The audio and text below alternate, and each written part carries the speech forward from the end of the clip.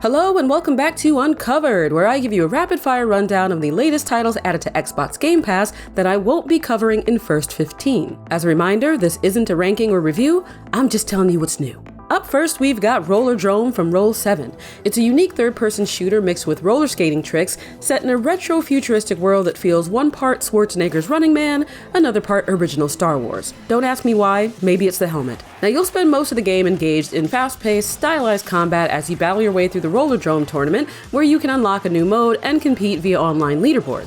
It has a great soundtrack, a fresh aesthetic, there is a conspiracy to uncover in the story, and it's been underplayed though highly rated since its initial release back in 2022. If it looks interesting but you don't have Game Pass, it is on sale for $10 on Steam right now until early January, so you can check it out there as well. Next is Remnant from the Ashes, the incredibly popular third-person survival action shooter from Gunfire Games. You play as survivors traveling to other realms while trying to find the root of the ancient evil plaguing mankind, all while scavenging resources and battling foes, either alone or with up to 2 other players. There are 4 dynamically generated worlds that change with new maps, quests, enemies, and in-world events, and you can build up your arsenal to take on different bosses and try to master each world again and again. It's another game on sale through January if you'd rather grab it on Steam, and it's the precursor to the next game on this list, Remnant 2, which released back in July. Now, Remnant 2 brings you more of the same frenetic combat, large-scale boss battles, and challenging replayability with more crafting, branching quest lines, and bigger payoffs that reward exploration. There's also an expanded archetype system with more powers and passive bonuses to unlock, level up, and stack to suit your playstyle. Now, you get to play the Standard Edition through Game Pass, which is the base game, but you can check Steam for the Deluxe and Ultimate Editions if you're interested in additional armor sets and DLC. Next, we have Spirit of the North from Infused Games. It's a third-person adventure game where you play as a fox that becomes entangled with the guardian of the Northern Lights. It's set in a fantasy world inspired by the beauty of Iceland, and the story pulls from various parts of Nordic folklore. There's no dialogue or narration, just puzzles and exploration, I didn't mean for that to rhyme, and it's set to an original orchestral soundtrack. It only takes a few hours to beat, and while it's been well received for its gorgeous visuals and relaxing atmosphere, some might label it a walking sim, so your mileage may vary. Also, this is the Enhanced Edition, which was basically beautified for next gen with improved textures, frame rate, and 4K resolution. Now, if you already played this game and really like it, a sequel is confirmed to be coming in 2024, and I should just say now that due to Steam's winter sale, most of the games on this list that are also on Steam are on sale there until January 4th, so I don't need to keep pointing that out. It's just for those of you who don't have Game Pass to keep in mind. Moving on, we have Steam World Build, which, as the name suggests, is a city building sim with a steampunk western vibe. You'll gather resources to build up your town, manage your robot inhabitants, fight enemies for resources in the mines, trade, and more. There are 5 maps to explore and conquer, and 4 difficulty levels to try, and you can use strategy to tackle your objectives, or you can hang out in sandbox mode. The game just released early December, so there isn't much feedback yet, though there have been some complaints that you can see pretty much everything in the game in your first playthrough.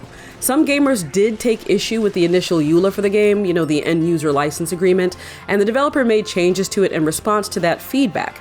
But beyond that, it seems like a neat little game that I'll probably jump into since I'm a fan of Sims and of strategy games in general.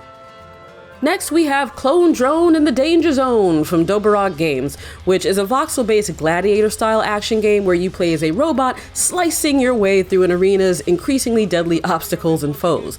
And there's a story mode, an endless mode, a challenge mode, and a Twitch mode where viewers can bet on your survival or spawn in enemies. There are also multiplayer modes like the Last Spot Standing Battle Royale, 1v1s, and online co-op where you can tackle the arena with a friend. And there's a level editor that you can actually share with others to play on, which is one of my favorite things in any game. Now, I played this game years ago, not on the channel, but in my own time. I love the combat, I love the humor from the commentators, and I really enjoyed the progression. I found the entire thing really satisfying and fun. So if you want something enjoyable and chaotic that doesn't take itself too seriously, but is still very well made, you may want to check it out. Next up is Rise of the Tomb Raider from Crystal Dynamics and Friends, the second game in the modern revival of Lara Croft. Now, I'll be honest, I don't remember much about it. I feel like it was the one where Lara went full neck-snapping guerrilla warfare, but if you're a bigger fan of the Survivor trilogy than I am, then you know which one is which. You'll uncover an ancient mystery, brave hostile environments, craft, scavenge, and hunt, and you use anything from stealth to the environment to take down or evade your enemies. And it's all wrapped up in what I remember to be a somewhat grittier cinematic experience than the first game. Now, the version included for free with Game Pass is the base game, but if you don't mind shelling out some dough, you can get the 20-year anniversary edition, which includes a ton of graphical and performance improvements, new single-player content, a co-op version of Endurance Mode, a new difficulty level for the campaign, some unique cosmetics including 5 classic Lara Croft skins, and all previously released DLC. That version is on sale through Game Pass for a whopping $6 until January, so if you really like the game and you want to get all those extras, you might as well jump on that now. Moving along, we have While the Iron's Hot from Bon Temps Games. It's a little RPG adventure where you play as a blacksmith, literally forging a new path as you build up your village in your pursuit of becoming a master at your craft. And craft you will, since there's an emphasis on learning and improving every bit of the smithing process, but also using your skills to solve puzzles and explore your island. It just released this month, and it looks to be a cozy, combat-free time full of cute NPCs, but also full of bugs, or at least with a few major bugs that in some cases are game-breaking, according to early reviews. It can also be repetitive, with the main draw being the charm and detail of the pixel art, so don't go into it expecting a fleshed-out RPG narrative. Basically, if you like the look and feel of games like Stardew Valley, but with a more focused, less involved game loop, While the Iron's Hot may be for you. Next, we've got World War Z Aftermath, a co-op zombie shooter based on the movie that's based on the book. It's got full cross-play between console and PC with up to 3 friends or AI companions. There's a new first-person mode, 8 unique classes to customize and level up, weapons to make your own, and daily missions to tackle. I played World War Z for a while when it released around 2019, I think it was, and I thought it was a ton of fun. So if you want to lay waste to a wave of walkers, World War Z is where you should be. The one issue you may encounter is finding players to match with, because I'm not sure how many concurrent players there still are for this game, keeping in mind that the Aftermath DLC only released back in May. Moving on, we've got Goat Simulator 3 from Coffee Stain North, and we don't have to talk about what this is, right? I know what this is, you know what this is. Either you think it's the height of hilarity, or you find it completely inane. All I'll say is that you can play either online or couch co-op with up to 3 friends. There's a ton of new content to get your goat, including new mini-games, events, NPCs, status effects, you name it, they've got it. It's big dumb fun, and sometimes you need that, you know? Not every game has to be a Shakespearean masterpiece, and that's coming from the lover of narrative games. So either way, it's coming to Steam in 2024, but you can play it already right now on Game Pass. Next on the menu of gaming goodies, we've got Against the Storm from Hooded Horse. It's a dark fantasy strategy sim where you venture out to reclaim the wilderness in the face of a blight that destroyed the old world.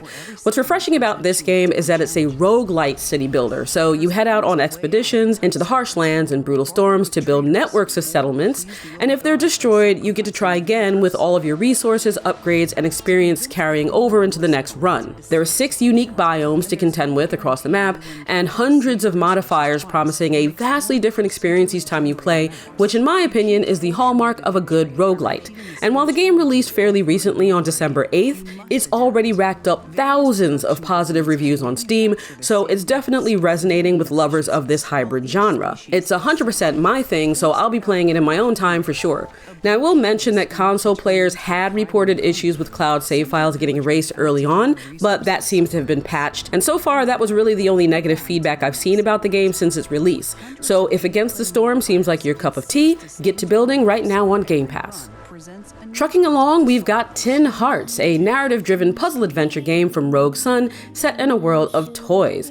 It's a Lemming-style game where you lead toy soldiers to their objectives through a grand Victorian home while unfolding a tragic fable, which is funny since Rogue Sun Studio was founded by developers who worked on Fable. Yes, that franchise.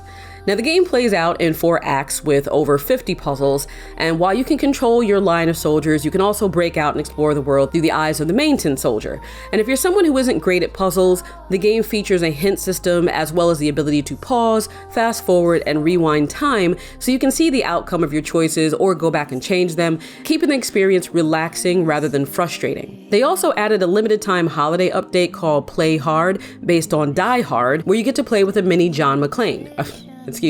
Tin McLean. So Tin Hearts looks to be a really charming game, though I will note that it hasn't been played by a lot of people since its release, and the reception is mixed depending on where you look. It's praised across the board for its visuals and the cleverness of the puzzle design, while the complaints were mainly about slow pacing, clunky controls, and the occasional bug. I like puzzle adventure games, but I like them most when there's a story involved, so that plus the setting is enough for me to at least check it out, and if you want to do the same, you can play it right now on Game Pass. Nearing the end, but we're not there yet, we've got Far Cry 6. I'm not going to spend too much time on this, it's more Far Cry. You're fighting alongside revolutionaries to liberate Yara, either alone or co-op, and new content has been added since the game released, including New Game Plus, new special operations, new loadout slots, and a new difficulty mode. Now, I'm a fan of the Far Cry series, so I think I've played everything except 5 and 6, and the one thing I remember from the launch of 6 was this broad consensus throughout the gaming community that it's inferior to Far Cry 5, and in a lot of ways entirely disappointing, with a story and villain that just doesn't stand up to earlier foes in the franchise. Still, I never played it myself, so I can't validate that for you. All I can say is that if you were curious about it but didn't want to spend money on it, now you don't have to thanks to Game Pass. Next on the list, we have Pillars of Eternity from Obsidian Entertainment, so not a bad pedigree, and it's very much a CRPG, which these days is basically an old school style RPG or a classic RPG, down to the gameplay and graphics. Now, you play as one of 6 races in one of 11 classes, you've got a faction reputation system, rich pre-rendered environments, and just, a good old-fashioned roleplay experience. But what's included with Game Pass is the Definitive Edition, which includes every expansion, every update, and all of the bonus content released for the game, including the soundtrack, collector's book, and more. So if you're a fan of Pillars of Eternity and you want to relive it with all the bells and whistles, or you never got to play it back in the day and are interested in a more grounded RPG experience than the flashy Final Fantasy types, you can play it now. Getting even closer to the end now, we've got Dune Spice Wars from Cheeto Games, the same developers behind War Tales, which I did jump into with First 15. It's a 4X real-time strategy game, obviously set in the Dune universe, where you're battling over Arrakis. Now, I'm one of those gamers who never uses subgenre labels like Grand Strategy and 4X, so if you want a better understanding of what that means, there will be much better people out there to explain it than me. Either way, Spice Wars follows that general model of exploring the map, expanding your troops into neighboring regions to dominate them, exploiting the resources of the planet to help build up your side, and exterminating any enemies you come across. You get to choose a faction with its own inherent abilities, then further adjust it by recruiting different counselors to adapt how you want to pursue domination, whether it's through political cleverness or brute force. And there's a conquest mode where you take control of one of the main houses and play through scenarios.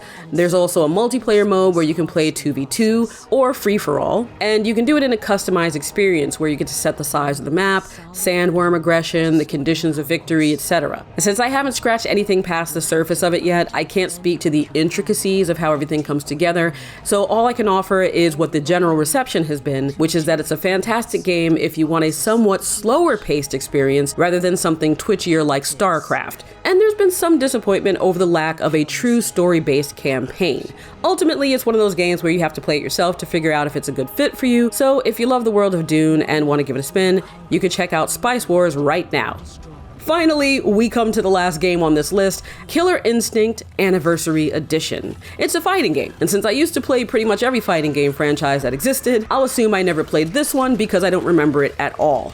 I also couldn't find an up-to-date trailer, so this is just footage from some of the trailers they've released over the years. With this 10-year anniversary edition, you get all fighters from seasons 1 through 3, there are 20 stages, online PvP, story mode, a roguelike single-player mode, a survival mode where you fight endless waves of fighters, and you can train AI to fight for you. They've got tons of skins, and according to the last patches, some rebalancing was done. So it seems that for most fans of the franchise, this edition is just the same great game they know and love, with everything brought together from over the past decade, though there have been some complaints about what is or isn't included, and about the price specifically on Steam. It's about $30, which you don't have to worry about because with Game Pass, it's included. And that's it for all the titles added to the Game Pass library this year, and I'll post a link to each one in the box so you can learn more about them. Thank you so much for watching throughout 2023, and I'll see you back here in 2024 with more Uncovered and First 15.